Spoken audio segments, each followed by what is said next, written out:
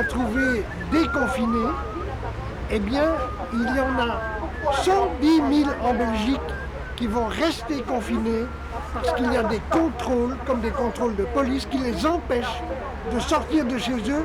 Sinon, ils n'ont plus d'argent pour vivre, plus d'argent pour rester digne, plus d'argent pour rester décent. Ça s'appelle la grappa. Et si jamais ils ne sont pas chez eux, on leur retire cet argent. C'est scandaleux. Il faut que la ministre Karine Lallieu mette le haut là et qu'on arrive à un système équivalent pour tout le monde, ou bien vous êtes habitant en Belgique et comme tout le monde, vous pouvez vous promener où vous voulez, au moins en Europe, ou pas. Les gens qui ont cette grappa, c'est-à-dire cette garantie de revenu minimum pour les personnes âgées, eh bien ces gens doivent pouvoir vivre comme tout le monde. Voilà ce que le gang des vieux en colère défend. Tous ensemble. S'il vous plaît, libérez les grappas. Bevrijden de IGEO's. Nous nous connaissons, donc je ne vais pas vous raconter toute ma vie, vous la faites. Je suis une grappiste, donc après avoir été épouse aidante et indépendante, je suis à la grappa. Mais je sais que vous connaissez tout ça et je sais que vous avez pris ce dossier très en charge. Et je vous en remercie parce que pour moi, ce dossier est dans de bonnes mains. Merci. Mais j'ai déjà travaillé avec vous quand vous organisiez la propreté dans les Marolles, donc je sais votre façon de travailler, enfin, je la connais et je l'apprécie. Et en plus, je sais que vous n'êtes pas seul, que ce n'est pas facile du tout. Alors je ne vais pas vous répéter tout ce que les graphistes disent, vous le savez. Et je vous dis que j'ai tout à fait confiance en vous et que je sais que vous ne pourrez faire que ce que vous pourrez faire. Mais j'espère que vous y arriverez. Parce qu'on a besoin, on a vraiment besoin de ça, de ne plus être enfermé. C'est angoissant, c'est vraiment pénible à vivre. Être tout le temps stressé par le contrôle. Un contrôle, c'est quelque chose qui soutient de la suspicion. Et la suspicion, ça rend malade. Être assigné à résidence et stressé, ça rend les personnes malades, ça leur enlève leur dignité. Ça ne leur permet plus d'avoir du projet.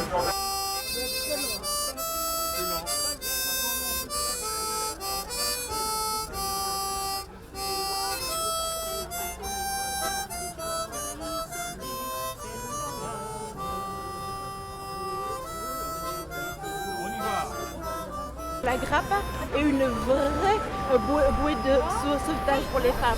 Ça nous aide à, en tout cas, garder un peu plus de dignité, même si les montants sont encore à négocier, même si le statut de cohabitant impacte à nouveau les femmes dans ce sens. Avec la pandémie, elles étaient dans les hôpitaux pour soutenir, elles ont fait des masques.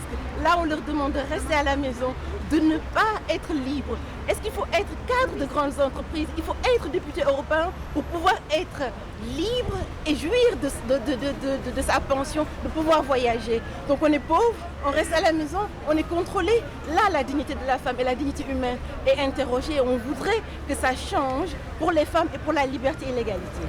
Amis, entends-tu la colère des graphistes qu'on maltraite? Oh, et retraiter, indigent et isolé, c'est l'alarme. Oh, et méfiez-vous de ces lois qui demain vous condamnent. Mais qui exhibez vos vieilles camarades? Clamez votre rage, refusez de subir ces brimades. La peur à nos trousses et le stress qui nourrit un de nos contrôlez les mieux, bridez la liberté, c'est galère. Merci de vos confiances parce que j'ai entendu les discours de confiance. Et quand on a la confiance effectivement des premiers intéressés, quand on a la confiance des seniors, eh bien on est plus fort pour agir. Et donc je compte sur votre force pour pouvoir agir. Alors c'est vrai, vous l'avez dit, on a déjà fait une première étape. Une première étape grâce aux partenaires sociaux d'ailleurs qui se sont mis d'accord pour alléger déjà le système par rapport à ce système que vous avez qualifié d'inhumain, d'injuste, de disproportionné, et je partage ces mots. Je ne les partage pas seulement dans la rue, puisque je l'ai dit aussi au Parlement. Ce n'est pas un discours de circonstance que je fais devant vous, je l'ai dit encore il y a 15 jours au Parlement. Par ailleurs, le premier pas, c'est le premier pas, il n'est pas suffisant. Nous sommes d'accord avec vous et je pense qu'on partage cette vision. Je vais vous dire aussi que les contrôles aujourd'hui, le déconfinement est réel quand même pour les seniors grappistes puisque les contrôles sont arrêtés depuis 1 an et demi et ils seront arrêtés jusqu'au mois de septembre, fin septembre. Donc vous pouvez effectivement être plus libre et c'est une bonne chose aussi pour votre santé mentale à vous toutes et à vous tous, c'est important. Alors ce n'est qu'un premier pas, mais nous travaillons effectivement dans un second pas avec les partenaires sociaux, avec des propositions que nous allons mettre sur la table bien évidemment pour rendre ce système effectivement digne d'un état de droit. La GRAPA est un droit aujourd'hui et ce droit doit pouvoir être exercé par tout le monde. Les vieux groupes de la vie.